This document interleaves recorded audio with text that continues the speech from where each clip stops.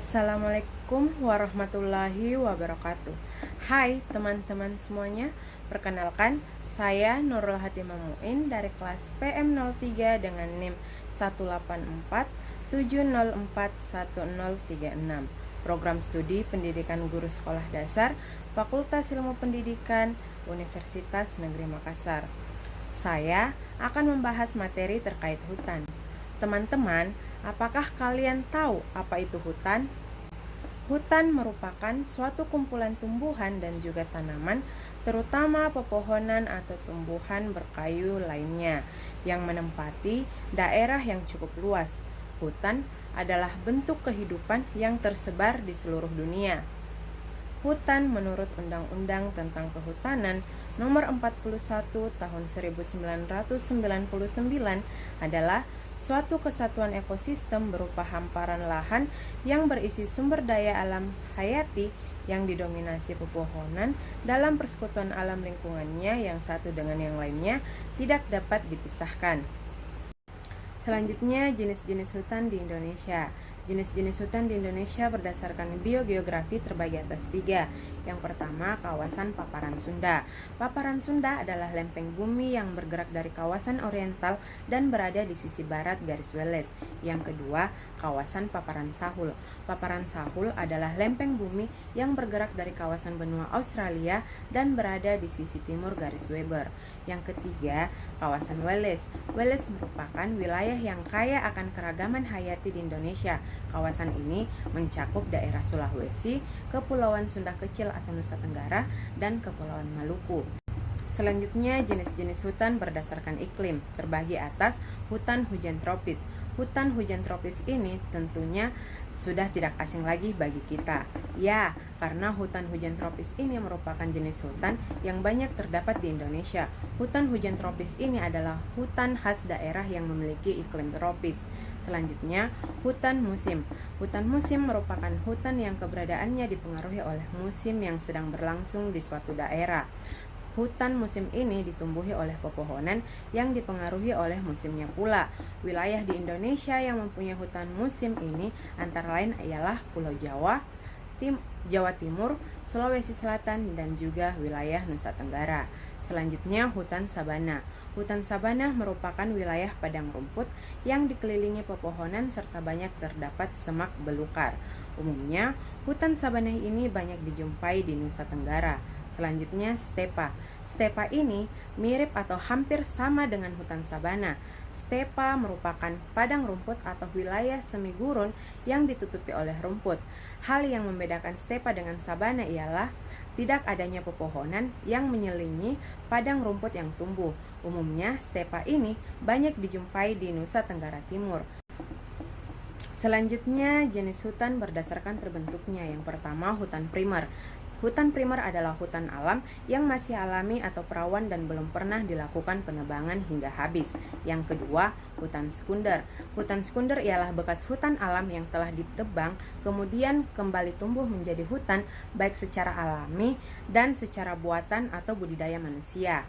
Yang keempat itu berdasarkan sifat tanahnya. Jenis hutan yang pertama yaitu hutan pantai. Terdapat sepanjang pantai yang kering, berpasir dan tidak landai seperti di pantai selatan Jawa. Nah, yang kedua hutan rawa. Hutan rawa merupakan kawasan hutan yang permukaan tanahnya kaya akan mineral. Selanjutnya hutan kerangas merupakan hutan yang kondisi lahan atau tanahnya bersifat ekstrim dan sangat peka akan gangguan, seperti mudahnya terjadi kebakaran hutan. Yang selanjutnya yaitu hutan tanah kapur, merupakan kawasan hutan yang tanahnya berasal dari batuan kapur yang mengalami pelapukan. Kawasan hutan tanah kapur ini biasanya ditumbuhi oleh jenis pohon yang tahan lama dan kuat seperti pohon jati. Selanjutnya, jenis hutan berdasarkan jenis tanamannya. Yang pertama, hutan homogen, di mana hutan homogen ini ialah hutan yang terdiri dari tumbuhan relatif seragam seperti hutan pinus, jati, bambu, pepohonan yang ada dapat tumbuh secara alami maupun buatan dengan cara penanaman.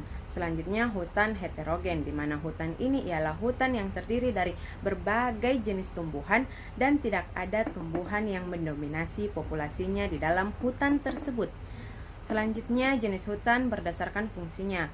Hutan berdasarkan fungsinya adalah penggolongan hutan yang didasarkan pada kegunaan hutan itu sendiri. Hutan tersebut dapat digolongkan dalam 3 macam, diantaranya hutan konservasi ialah hutan dengan ciri khas tertentu yang mempunyai fungsi pokok pengawetan keanekaragaman tumbuhan dan satwa beserta ekosistemnya. Hutan konservasi terdiri dari 3 macam, yaitu kawasan hutan suaka alam, kawasan hutan pelestarian alam, dan taman buru. Di mana taman buru ini ialah kawasan hutan yang ditetapkan sebagai tempat wisata berburu. Selanjutnya hutan lindung. Hutan lindung adalah kawasan hutan yang mempunyai fungsi pokok sebagai perlindungan sistem penyangga kehidupan untuk mengatur tata air, mencegah banjir, mengendalikan erosi, mencegah intrusi air laut, dan memelihara kesuburan tanah. Selanjutnya hutan produksi.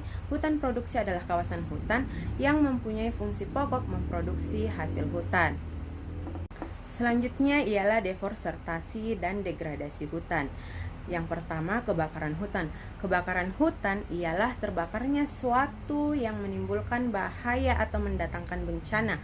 Kebakaran dapat terjadi karena pembakaran yang tidak dikendalikan karena proses spontan secara alami atau karena kesengajaan. Proses alami sebagai contohnya kilat yang menyambar pohon, letusan gunung api yang menebarkan bongkahan bara api.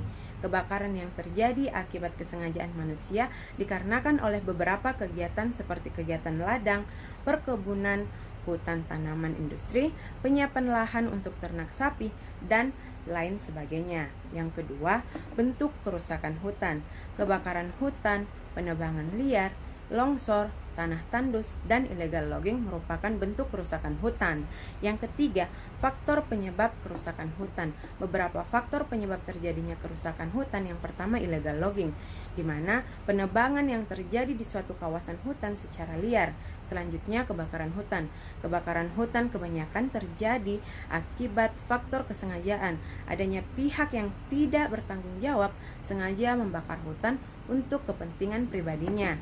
Selanjutnya, perambaan hutan, di mana petani memanfaatkan hutan sebagai lahan baru untuk bercocok tanam. Pertumbuhan penduduk yang semakin pesat juga dapat berkontribusi terhadap terjadinya perambaan hutan ini.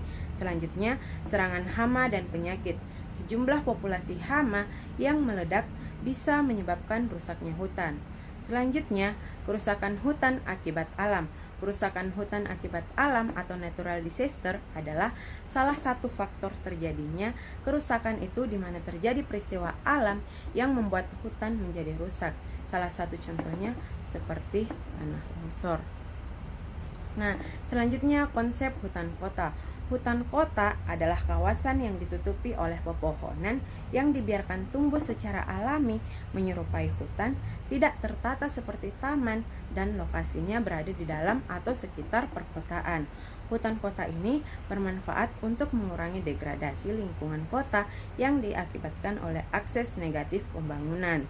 Adapun manfaat hutan kota yaitu hutan kota sangat penting untuk keseimbangan ekologi manusia dalam berbagai hal seperti kebersihan udara, ketersediaan air tanah, perlindungan terik matahari, kehidupan satwa dalam kota, dan juga sebagai tempat rekreasi. Hutan kota bisa mengurangi dampak cuaca yang tidak bersahabat seperti mengurangi kecepatan angin, mengurangi banjir, memberi keteduhan, juga memberikan efek pengurangan pemanasan global. Selanjutnya, permasalahan hutan. Permasalahan hutan dapat disebabkan karena akibat alam, akibat ulah manusia, akibat kebijakan, lemahnya penegakan hukum, lemahnya kebijakan ekonomi, perubahan politik, lemahnya kelembagaan pembangunan kehutanan, masalah ketidakadilan, kesejahteraan masyarakat lokal semakin rendah. Nah, selanjutnya, penanggulangan masalah hutan dapat dilakukan dengan cara melakukan penyuluhan kepada masyarakat, melakukan reboisasi atau penanaman kembali, memperketat pengawasan dan pengendalian hutan, mempertegas peraturan perundang-undangan tentang hutan, dan terakhir memberikan sanksi kepada pelaku kerusakan hutan. Itulah tadi penjelasan terkait materi hutan yang bisa saya paparkan. Selebihnya mohon maaf apabila ada salah kata. Wassalamualaikum warahmatullahi wabarakatuh.